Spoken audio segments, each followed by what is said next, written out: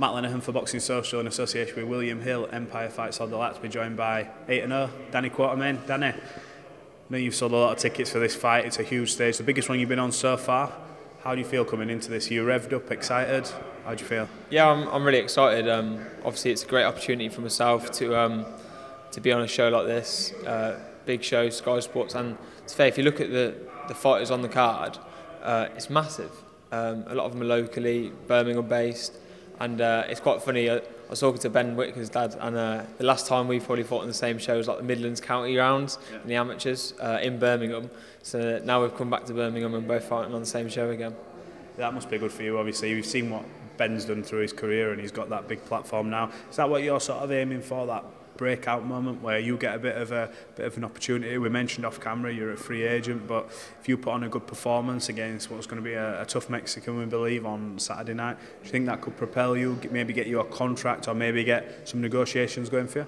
Yeah, that's what I'm hoping for. I think this is the start of the spark, if you know what I mean. It's a chance for me to showcase what I can do. It's a chance for me to actually put my words to actions. Obviously, people know that I sell a lot of tickets, but do they actually see it? No, they probably don't. It's just word of mouth.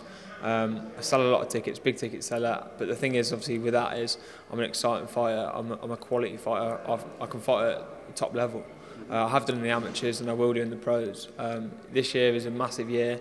This is probably just the start of this year for me in terms of getting on the show. And obviously, I want to push for titles, and hopefully, you know, they might offer me another fight, they might offer me a contract, but it's up to them. Have you found any sort of difference or any difficulties in terms of that transition from amateur to pro? Have you sort of just found your feet straight away? Do you feel there's been any sort of significant changes or things that you thought would be either easier or, you know, more difficult? I think I was always, in the last 2 years of being amateur, I was ready to turn professional. It was just trying to get that bit of extra experience and still competing at the top level to fight for titles, which I was doing. And I think I turned over just the right time. It's a fresh start. It's made me more hungry to reach the top again. And I think the style of fighting is better for myself. A lot of people in the amateurs sort of thought that had a pro style, and were constantly asking me, "Oh, when are you going to turn over? When are you going to turn over?" And the time is just right. I think I've grown into professional boxing, and I think this fighter that I'm going to be fighting on Saturday is definitely going to bring the heat. So it's great for me because I'm able to express myself as people have seen in the past, without having to chase down a fighter, without having to go looking for it. It's going to come to me, which is exactly how I want it. You've got, I believe, 2 knockouts on your record so far. Are you conscious of that in terms of, I know everyone says entertainment, bums on seats, and then on the flip side, everyone's like, the wins are most important no matter what. But are you sort of saying, this guy who's coming over, because he will come and actually maybe have it with you a little bit, you'll be able to maybe show more of an aggressive side, more of a, I don't know, power punching side that maybe we haven't seen consistently throughout? Yeah, I think I've got to be focused the whole time.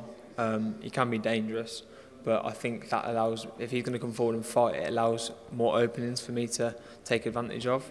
I've got two knockouts in the past 3 fights. But I'm not relying on this knockout. For me, it's about learning as I'm going along, and if I'm able to get good experience and really showcase how I can fight, whether it goes the full 4 rounds or not, I won't be looking for a knockout, but if a knockout comes, it's there, then perfect. I would say, been from Leamington Spa, I know you're training down there with Edwin Cleary, you've got a really good gym in there. How have you found that sort of relationship with Edwin, obviously from coming up and taking on this sort of pro career? He's obviously not someone who puts himself in front of camera. I think he's very underrated in terms of the talk of good trainers in the country, and he'll probably get his just due maybe further down the line when, like, see yourself, Matty, and obviously I think Joe in there's going to turn over, and there's other fighters as well moving up. But how's that relationship going, and how much have you enjoyed working with him? No, I've been in Edwin's gym since the very, very start. There's a lot of fighters probably all over the country that have been to a gym, then they've not liked it, they've gone to another gym, and they've stuck to it. Edwin's the first coach I've ever had since the age of 10, and I've grown up with him. We have a bond, a relationship. There's a trust there, and it's not just, this opportunity is not just good for me. It's good for him. He's obviously part of this journey as well with me, and it's great to be able to see him get recognition for what he does, because a lot of coaches out there don't get the recognition.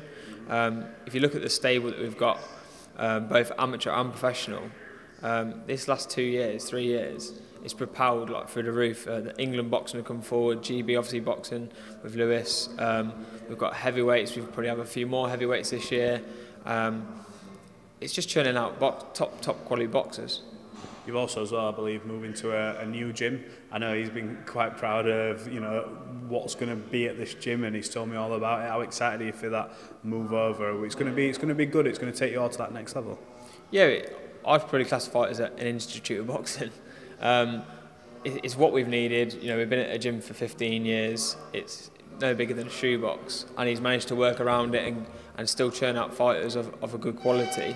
This is going to allow more people to get involved. It's going to be better for the community of Leamington Spa. It's massive for boxing, but also it's better for ourselves. We can get clubs coming over to us for sparring rather than us having to travel around the country for it. I think the whole picture, it's nice for Edwin because it's his project, it's his little baby, as he says. He's worked on it, he's currently working on it to get it to the way it is, and once it's ready, there's nothing that we can't provide at that gym. Absolutely. Just before we leave this off, have you got a message for the fans, all your supporters who are coming down to see you, touch wood, get this victory on Saturday night?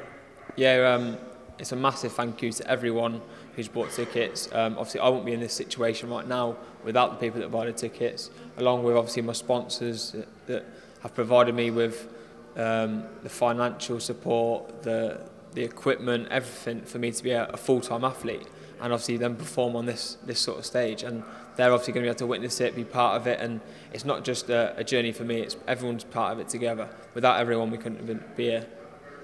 Well, Danny, we look forward to seeing you on Saturday night. It's going to be a good fight and be a nice test, and hopefully we can catch up after the fight. Definitely. Thank you very much.